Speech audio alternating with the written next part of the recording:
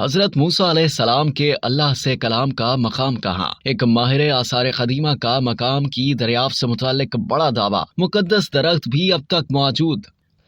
عرب media کی ایک report میں دعویٰ کیا گیا ہے کہ مصر کے صوبے جنوبی سینا کے شہر سینٹ کیتھرین میں واقع جبل شریعہ وہ مقام ہے جہاں اللہ تعالیٰ نے اپنے نبی حضرت موسیٰ علیہ السلام کو مخاطب کیا تھا کہ اپنے جوتے اتار دو تو مقدس مقام پر کھڑے ہو۔ العربیہ کی ویب سائٹ پر 2016 میں شائع کی گئی رپورٹ کے مطابق مصر کے ایک ماہر آثار قدیمہ ڈاکٹر عبدالرحیم الریحان نے بتایا کہ تمام تحقیقات سے یہ ثابت ہوتا ہے کہ یہی وہ مقام ہے جہاں اللہ عز و جل نے تجلی فرمائی اور یہاں واقع علیق کے درخت کے پیچھے آگ روشن ہوئی تھی۔ یہ حضرت موسیٰ علیہ السلام کا سینا کا پہلا سفر تھا۔ اللہ تعالیٰ نے دوسری مرتبہ حضرت موسیٰ علیہ السلام کے اس پہاڑ پر آنے کے موقع پر اپنی تجلی انہیں دکھائی تھی، جس کے اثر سے وہ بے ہوش ہو گئے اور کوہ طور جل کر سرمے کی مانند سیاہ ہو گیا۔ رپورٹ میں ماہر آثار قدیمہ کا حوالہ دے کر بتایا گیا کہ اس خانقاہ میں ایک جھاڑی موجود ہے جس کے بارے میں مانا جاتا ہے کہ یہ وہ جلنے والی جھاڑی ہے جہاں اللہ نے حضرت موسیٰ علیہ السلام سے بات کی تھی۔ واضح رہے کہ اس سے پہلے یہ تو سب کو علم تھا کہ اللہ تعالیٰ نے کوہ سینا میں طور کے مقام پر حضرت موسیٰ علیہ السلام سے بات کی تھی، مگر کسی واضح مقام کے بارے میں یہ دعویٰ پہلی بار سامنے آیا ہے۔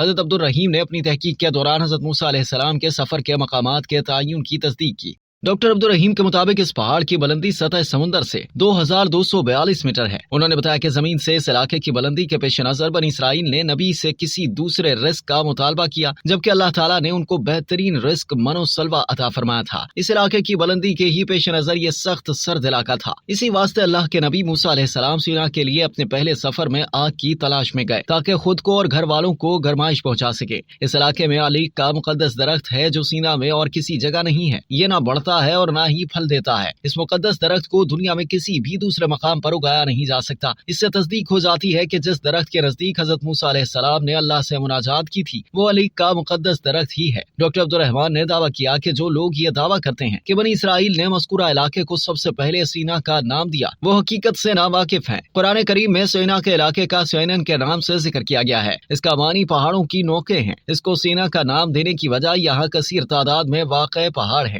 فراعین مصر نے سینا کو توشیت یعنی کھلی زمین کا نام دیا۔ توریت میں اس کو حریب یعنی بنجر زمین کے نام سے جانا گیا۔